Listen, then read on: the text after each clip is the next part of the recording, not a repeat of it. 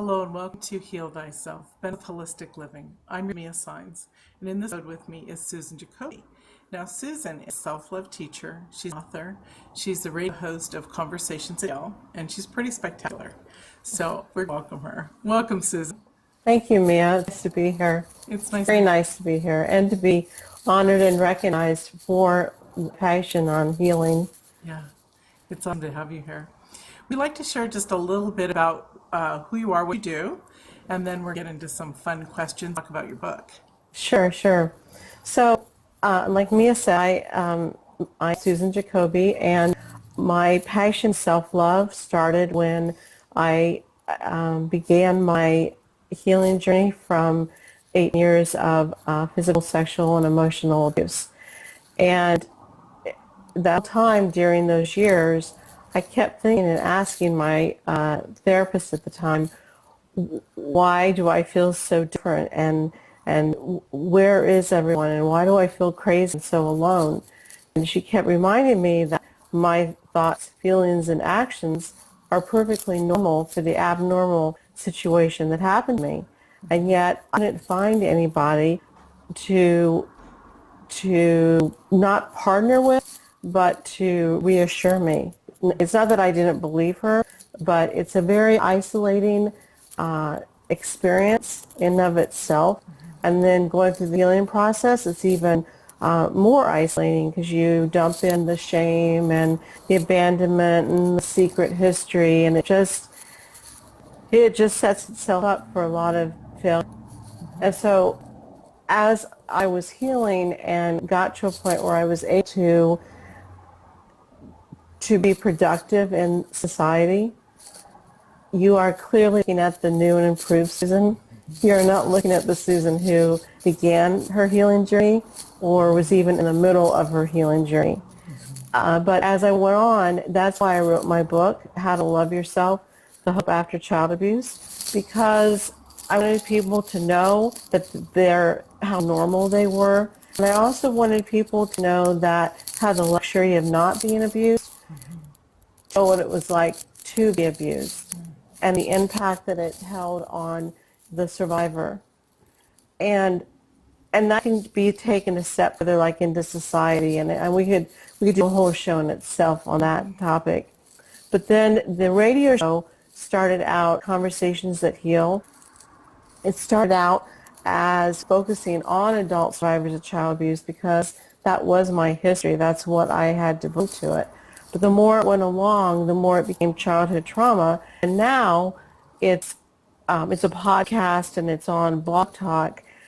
Now it's geared towards childhood trauma and also giving people information that they can think, feel, and act differently.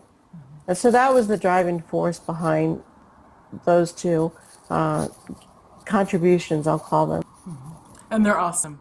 And they're really awesome. And they're very healing. So Conversations That Heal is tools and tips, too, on how to shift that different people that you have on shares. And it's brilliant, very brilliant. Now, either the angels are with us or there's some kind of a jingling charm bracelet going on. It's not me. Oh, I guess it's the angels. That is so weird because it's in the background, and maybe they can hear it and maybe they can't. That's very cool. I love that. We do create magic together when we work together, don't we? Yes. It's awesome. Wow. I'm really blown away by that noise. It's really beautiful. Okay, so let's go into a little bit about, yes, you do counseling and things like that, and you work with people. But let's also go into the self-love aspects in the book. They're set up in healing stages, correct? Yes. Would you like to talk about that? Sure, thank you. So I broke it down, and it's a short book. It's like 58 pages, and it was intentionally done that way because it's such it's such a hard topic, and the information is so new. Every time you bring new information into your brain, it's very hard to embrace that information. And, it's kind of like a little bit goes a long way. And so the chapters they're relatively short also, but they really get to the point and really bring comfort to people. I got an email yesterday that just floored me that this woman had read it and was just almost in tears because every word I wrote she could relate to or she found it healing. And so the chapters are like, let's talk about triggers, let's talk about shame, but how your body reacts to trauma. Those are a few things, a Yeah. few chapters. Let's talk, you and I, about some of this stuff because it's very, people who are shifting into having healing, they don't realize that they can be triggered. They're still learning to deal with that shame can be reversed. And the other thing about the body, settling into the body, let's first talk about the body trauma because our body has memory and Yes. we can't heal that too. But let's talk a little bit about what that looks like and maybe one or two tips on how to heal it we'll talk about. Well, it's interesting that you bring this up because I have come to the conclusion through a lot of experiences that none of this is about healing and you get a shot and you're all better. This is all about learning self-care, self-compassion, self-love, and how to take care of you so that when triggers, let's say, do happen, and they will happen, and they happen to me all the time, and I'm sure they happen to you also, Mia, knowing how to react to those is completely different than having the rug pulled out from under your feet. Right. And so like getting back to the body aspect of it, I find that it is hard to break the connections with the body. Let's consider the idea of eating, okay? Eating in and of itself, especially when there's trauma, it's very easy to dissociate. Dissociate means to remove yourself, remove your feelings, remove any attachment that you might have to whatever act you're doing, in this case, eating. And so what you're doing is, let's say you're taking a bite of peanut butter and toast.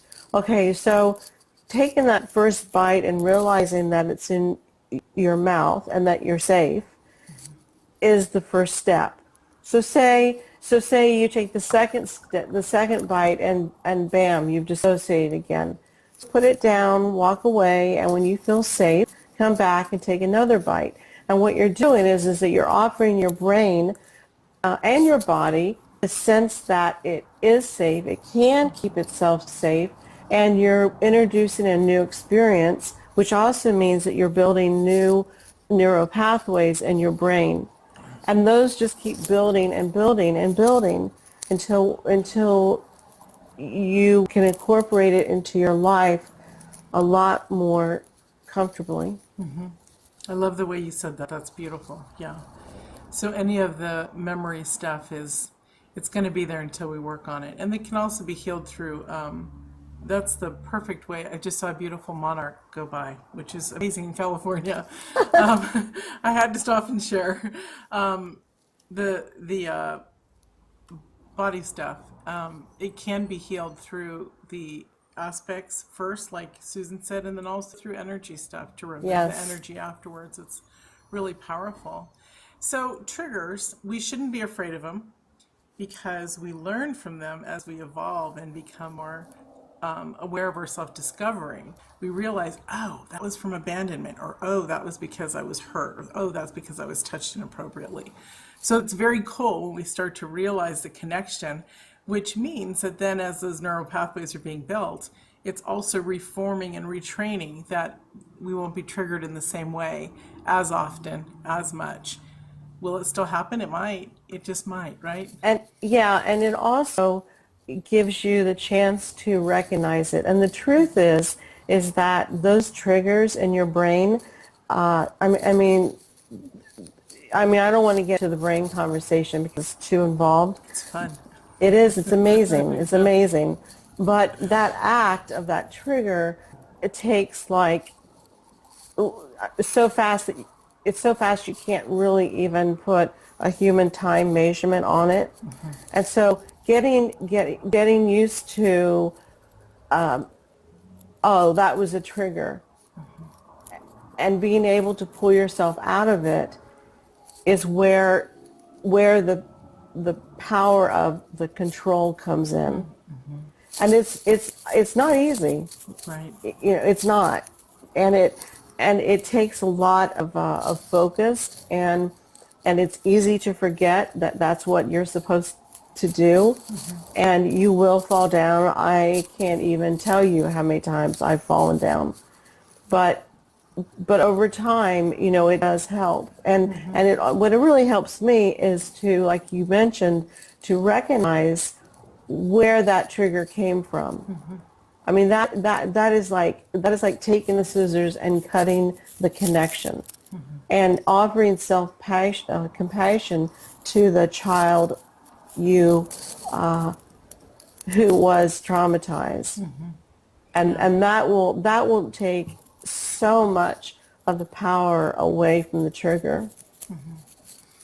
Wonderful. Let's talk about shame. Good old shame. Yeah. Most people's best friend, and they don't even know it. Yeah, really, really.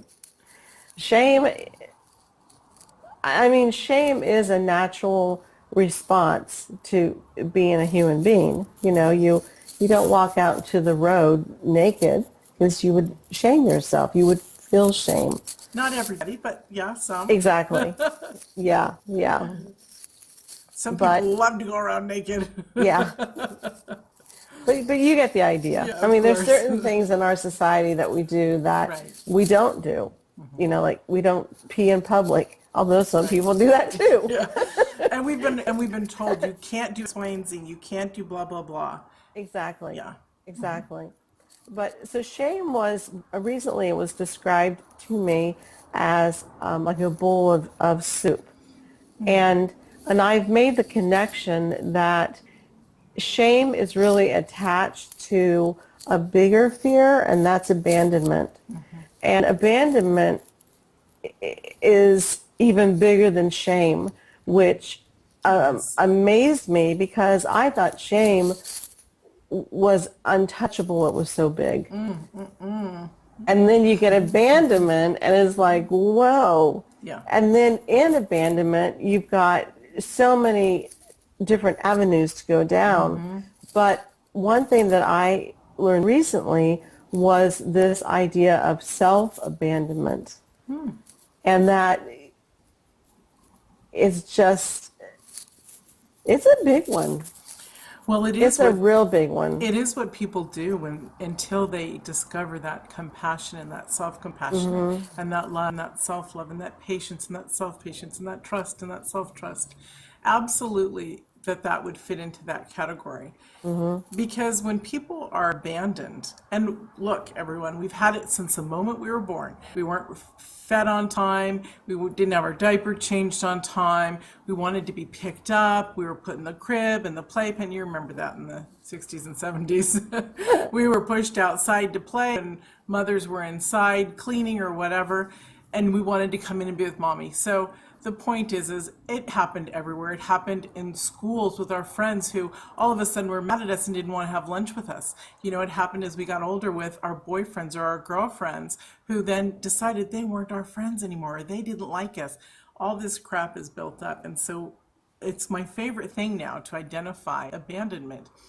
And when you said about triggers, every once in a while, because I don't want to say I pride myself on being whatever, but I've worked hard, just like you, just like everybody else.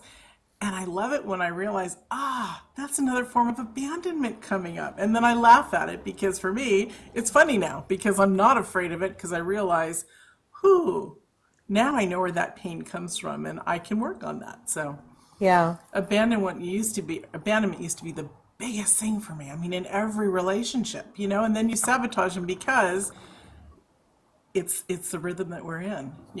And abandonment is also one of those things that there's so many feelings of hurt, that I think that especially as a child, you learn not to put any focus on it. I mean, for years, I remember not even being able to say that even I feel abandoned. And even now, I still have trouble recognizing that feeling, you know? Yeah, I didn't even discover it until like 20 years ago when I was seeking therapy with a spiritual therapist, marriage family therapist, and she brought up abandonment. I'm like, what's that? I was like, what's that? And then I realized, wow, as I started to see in my relationships as I grew and grew and grew, it was like, that's totally amazing. At first it was like, oh my God, how dare you leave me? And then, oh, the pain. And then it's like, wow, that's really funny.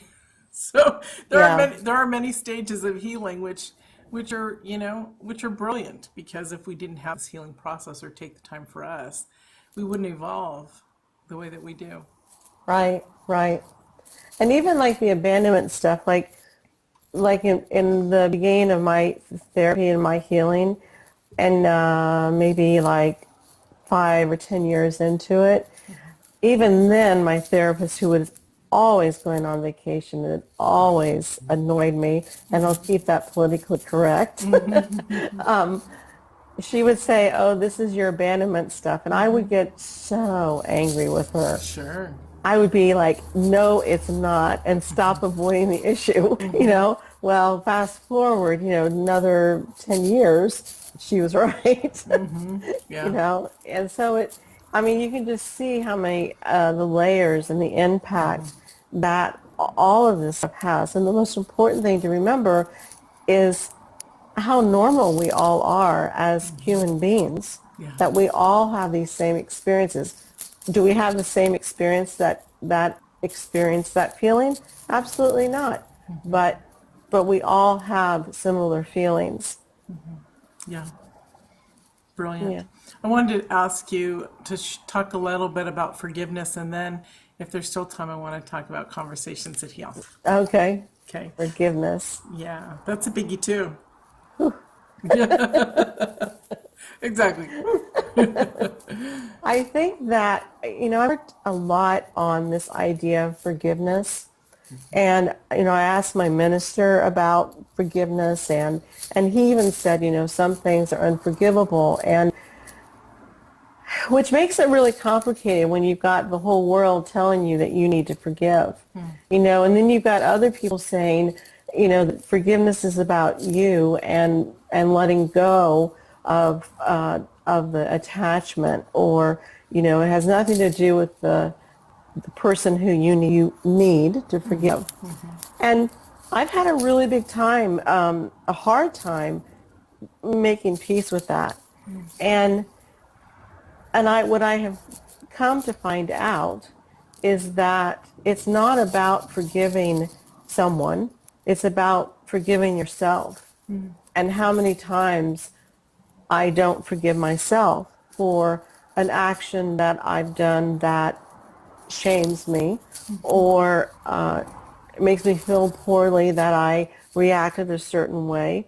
It's not like I mean, I don't even kill spiders because I feel so bad about killing them, So it's not that I have inflicted intentional harm to any bird or animal or Right. human, Right.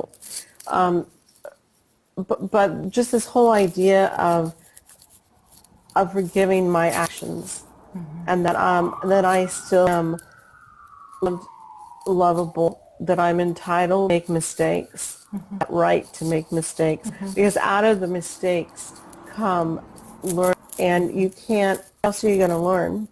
Yeah. It's not like we're still in school and we read a book, Right. although, some people who are listening to this most likely are in school. Right.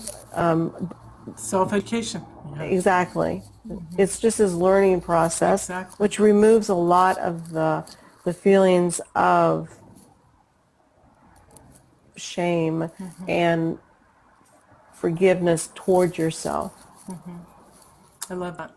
I also, as you were talking, I was thinking responsibility comes along with forgiveness. It's our responsibility to take action against what we do to others and ourselves, and to forgive us. And also, if we can't, then to be gentle until we can as we work through it. Right. Yeah. Right. That's a powerful one. It really is. Forgiveness is a biggie, you know? It truly is. I Yeah. think people can spend a lifetime on forgiveness. And And you, and just like, self-love, people can spend a lifetime on learning to love and everything that you can think of. And what I have really learned, which for me has become crystal clear, is it has nothing to do about anyone else. It's only about yourself. That's it. yeah. I just wanted to say, you were saying, a minister said, and it hit me a few minutes afterwards, he's a man, a loving God Yeah. man, but he's still Yeah. just a man. So he's doing his very best. And so what his opinion to him is his very best. What your opinion and what you believe is your very best. And that's what's going to resonate with your essence, your soul. Mm-hmm. So just because, I may say something, proclaim something, doesn't mean that it's going to resonate with everybody. And that's perfectly okay, isn't it? Exactly. Yeah, Exactly. Because like I said, in the end, it's about finding peace within yourself. Because exactly. that is when you can offer self-love to yourself. Yeah. All right, let's talk about Conversations with Heal, because first of all, I love the title, which I've been telling you that for a long time. And secondly, it's really a very powerful concept to bring a radio show that then goes into the podcast to be listened to later on about healing and stuff. So I know that you came up with this idea to help spread healing messages as you're working with clients.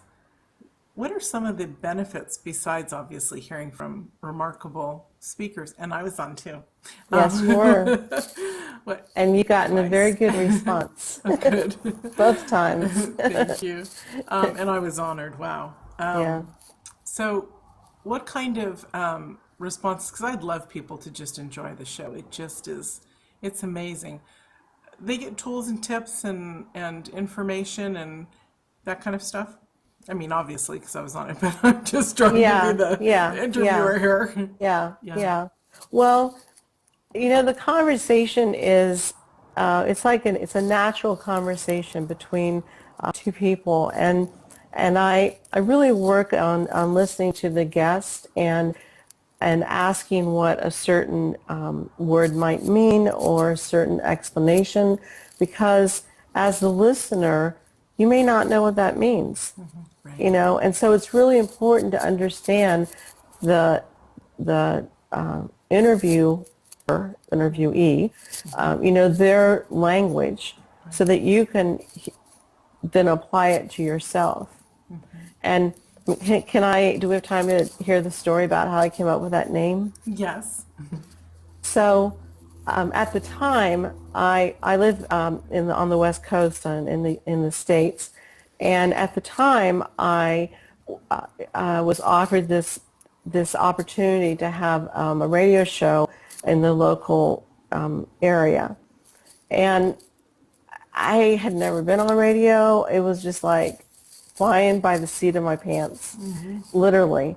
And I had one weekend to come up with a name, which was like freaking me out because it took me years to come up with another name for another thing that I'm doing. And so I'm sitting at my desk and thinking, it was like a beautiful day that day. And I was thinking, like, what am I going to name this? And I was like, I look at everything else I do. I get out the source. I look at, other names, other words, see if they connect.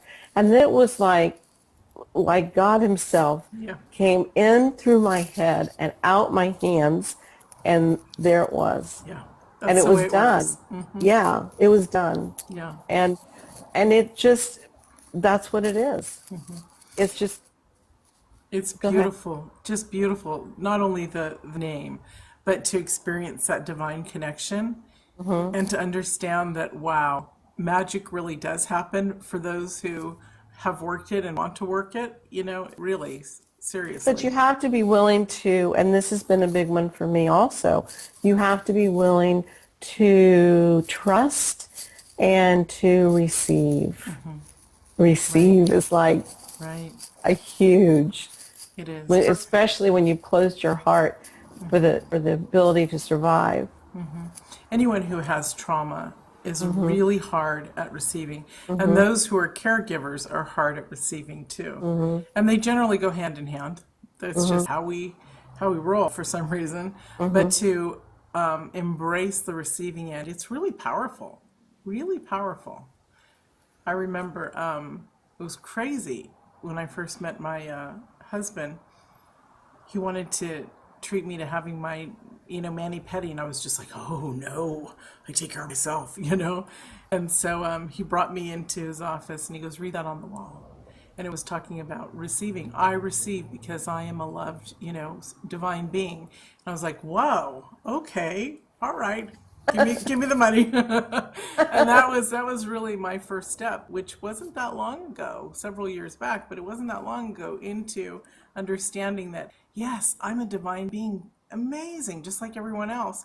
So why do I not receive? And then it changes you, doesn't it, Susan, to where it's like you put up your boundaries of, okay, so you're not giving, and I'm the one that's giving 100%, in whatever relationship, is it with girlfriends, with guy friends, whatever. And then that's when everything shifts and changes within you. And that's also when your self-love goes, powie! Right. Yeah. But I want to remind your listeners, and I don't know, of course, what your experience is, but for me, this isn't like, one day I'm hit on the head with a magic wand and I receive. Right. It's not like that at all. Right. Or I trust, or I don't have triggers, or it's an exercise. whatever. Yeah. Every single day it is an exercise, and every single day I forget. And it's just this back and forth. But it becomes easier and easier when you practice, doesn't it? Absolutely. Yeah, It's like lifting weights. It's exactly like that. We're lifting our self-love neurons here. Yeah. I love that. You have a free gift for us. Do you want to share it? Thank you.